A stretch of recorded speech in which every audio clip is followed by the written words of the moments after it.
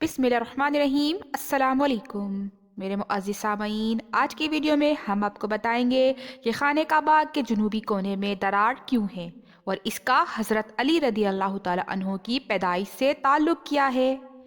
یہ ایک informative video ہے، آپ سے گزارش ہے کہ اس ویڈیو کو آخر تک ضرور دیکھیں۔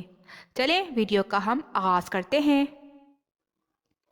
خانہ کعبہ کہ جنوبی دیوار، جسے رکن یمانی کہا جاتا ہے، اگر غور سے دیکھا جائے تو اس میں ایک خاصی بڑی دراڑ نظر آتی ہے۔ ایسا لگتا ہے کہ یہ کونا باوجود مرمت کے بار بار پھٹ جاتا ہے اور اس کی مرمت ہوتی رہتی ہے، اور اس کو اسٹیل کی بڑی بڑی کیلوں اور سیمنٹ وغیرہ سے بارہا جوڑنے کی کوشش بھی کی گئی ہے۔ ایسا لگتا ہے کہ دیوار کا یہ جوڑ کچھ ہی عرصے کے بعد دوبارہ ٹوٹ جاتا ہے، جس کی دوبارہ مرمت کر دی جاتی ہے۔ اللہ کے گھر کے اس کونے میں آخر کیا ایسی بات پوشیدہ ہے کہ لاکھ بار چھپانے سے بھی نہیں چھپتی؟ ہم آپ کو اپنی ویڈیو میں خوش آمدید کہتے ہیں، اور آج کی ویڈیو میں ہم آپ کو بتائیں گے کہ خانہ کعبہ کا جنوبی کونا یعنی رکن یمانی بار بار مرمت کرنے کے باوجود ایسی حالت میں کیوں نظر آتا ہے، اور آج کے جدید سائنسی اور ٹیکنالوجی کے دور میں خانہ کعبہ کا جو کونا ٹوٹا ہوا تھا، اس کی ابھی تک درست طریقے سے مرمت کیوں نہیں ہو سکی۔ رکن یمانی کی مرمت کا کام زمانہ قدیم سے جاری ہے اور ابھی بھی ہوتا رہتا ہے۔ خدا کے گھر کے کونے میں ایسی کیا بات پوشیدہ ہے جو لاکھ بار چھپانے سے بھی نہیں چھپتی؟ تاریخ کا مطالعہ جاری رکھا جائے تو پتہ چلتا ہے کہ رکن یمانی سے متعلق تواریخ میں اور بھی بہت سی باتیں درج ہیں۔ سب سے پہلے آپ کو بتاتے ہیں کہ خانہ کعبہ کے اس کونے یعنی رکن یمانی کے بارے میں میرے آقا کریم صلی اللہ علیہ وآلہ وسلم کا ایک فرمان ہے کہ حضرت عبداللہ بن عمرو فرماتے ہیں کہ رکن یمانی پر 2 فرشتے ہیں جو وہاں سے گزرنے والے کی دعا پر آمین کہتے ہیں۔ اس طرح پیارے آقا صلی اللہ علیہ وسلم کا فرمان ہے کہ یہ جنت کا دروازہ ہے۔ رکن یمانی اور حجر اسود دونوں جنت کے دروازے ہیں۔ حالانکہ بظاہر خانہ کعبہ کے اس کونے پر کسی بھی دور میں کوئی دروازہ نہیں رہا ہے، لیکن نبی پاک صلی اللہ علیہ وآلہ وسلم کے قول کے مطابق اگر رکن یمانی بھی جنت کا دروازہ ہے تو پھر یہ بات ٹھیک ہے کہ دروازے کو کوئی انسان نہیں بند کر سکتا۔ رکن یمانی کی جب مرمت کی گئی تو اس لیے شاید اس میں کریک آ جاتا ہے۔ رکن یمانی سے متعلق ایک اور واقعہ ہجرت نبوی سے 23 سال پہلے کا ہے۔ عباس بن عبد المطلب کا کہنا ہے کہ بروز جمعہ بمطابق 13 رجب 30 عام الفیل کو میں اور بریدہ بن کالب بنی ہاشم اور بنی عبد الاعضیٰ کے دیگر افراد کے ساتھ خانہ کعبہ کے پاس بیٹھے تھے کہ اچانک فاطمہ بنت اسد خانہ کعبہ کے رکن یمانی کی طرف آئیں۔ وہ 9 مہینے کی حاملہ تھیں اور انہیں درد ذا اٹھ رہا تھا۔ وہ خانہ کعبہ کے برابر میں کھڑی ہوئیں اور آسمان کی طرف رخ کر کے کہا کہ اے اللہ، میں تجھ پر، تیرے نبیوں پر اور تیرے طرف سے نازل ہونے والی تمام کتب پر ایمان رکھتی ہوں۔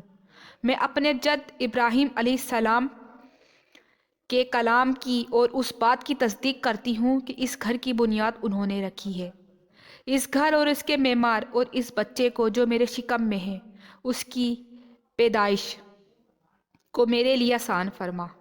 عباس بن عبد المطلب اور بریدہ بن کالب کہتے ہیں کہ جب فاطمہ بنت اسد نے یہ دعا کی تو خانہ کعبہ کی پشت کی دیوار پھٹی اور فاطمہ بنت اسد اندر داخل ہو کر ہماری نظروں سے اوجھل ہو گئیں۔ ہم نے کعبہ کے دروازے کو کھولنے کی کوشش کی تاکہ ہماری کچھ اور عورتیں ان کے پاس جائیں، لیکن در کعبہ نہ کھل سکا۔ اس وقت ہم نے سمجھ لیا کہ یہ امر الہی ہے۔ فاطمہ بنت اسد 3 دن تک خانہ کعبہ کے اندر ہی رہیں، اور یہ بات اتنی مشہور ہوئی کہ مکے کے تمام مرد و زن کئی دنوں تک گلی کوچوں میں ہر جگہ اس بارے میں بات چیت کرتے نظر آتے تھے۔ رکن یمانی کے بارے میں 5ویں صدی کے عالم ابن مفاضلی اپنی کتاب میں زیدہ بنت قریدہ سے روایت کرتے ہیں کہ 13 رجب 30 عام الفیل کو میری ماں ام عمارہ بنت عبادہ صحن کعبہ میں کچھ عرب عورتوں کے ساتھ بیٹھی تھیں کہ ابو طالب غمگین حالت میں ان کے پاس سے گزرے، تو میری ماں نے ان سے پوچھا کہ ابو طالب آپ کے کیا حال ہیں؟ تو ابو طالب نے مجھ سے کہا کہ فاطمہ بنت اسد درد ذات سے تڑپ رہی ہیں۔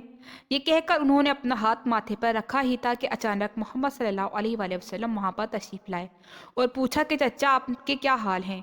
ابو طالب نے جواب دیا تو پیغمبر خدا صلی اللہ علیہ وسلم نے ابو طالب کا ہاتھ پکڑا اور فاطمہ بنت اسد کی طرف گئے، پھر دونوں کا ہاتھ پکڑ کر کعبے کی طرف چلے گئے اور کونے میں لے جا کر فاطمہ بنت اسد کو بٹھا دیا۔ ام عمارہ کہتی ہیں کہ تھوڑی ہی دیر بعد فاطمہ بنت اسد نے ایک بچے کو جنم دیا۔ ابو طالب نے اس بچے کا نام علی رکھا، پیغمبر اسلام صلی اللہ علیہ وسلم انہیں گھر لے کر آئے۔ سامعین اکرام، ہم آپ کو یہ بتاتے چلیں کہ دوسری طرف مورخین اور علماء کا ایک گروپ اس واقعے کی صحت سے انکار بھی کرتا ہے۔ نہج البلاغہ کے شارح علامہ ابن الحدید اس روایت کو نقل کرتے ہوئے فرماتے ہیں کہ سیدنا حضرت علی رضی اللہ تعالیٰ عنہ کی جائے پیدائش کے بارے میں اختلاف ضرور موجود ہے۔ ہم نے آپ کو رکن یمانی کی دراروں کے بارے میں دو مختلف روایت بتائیں۔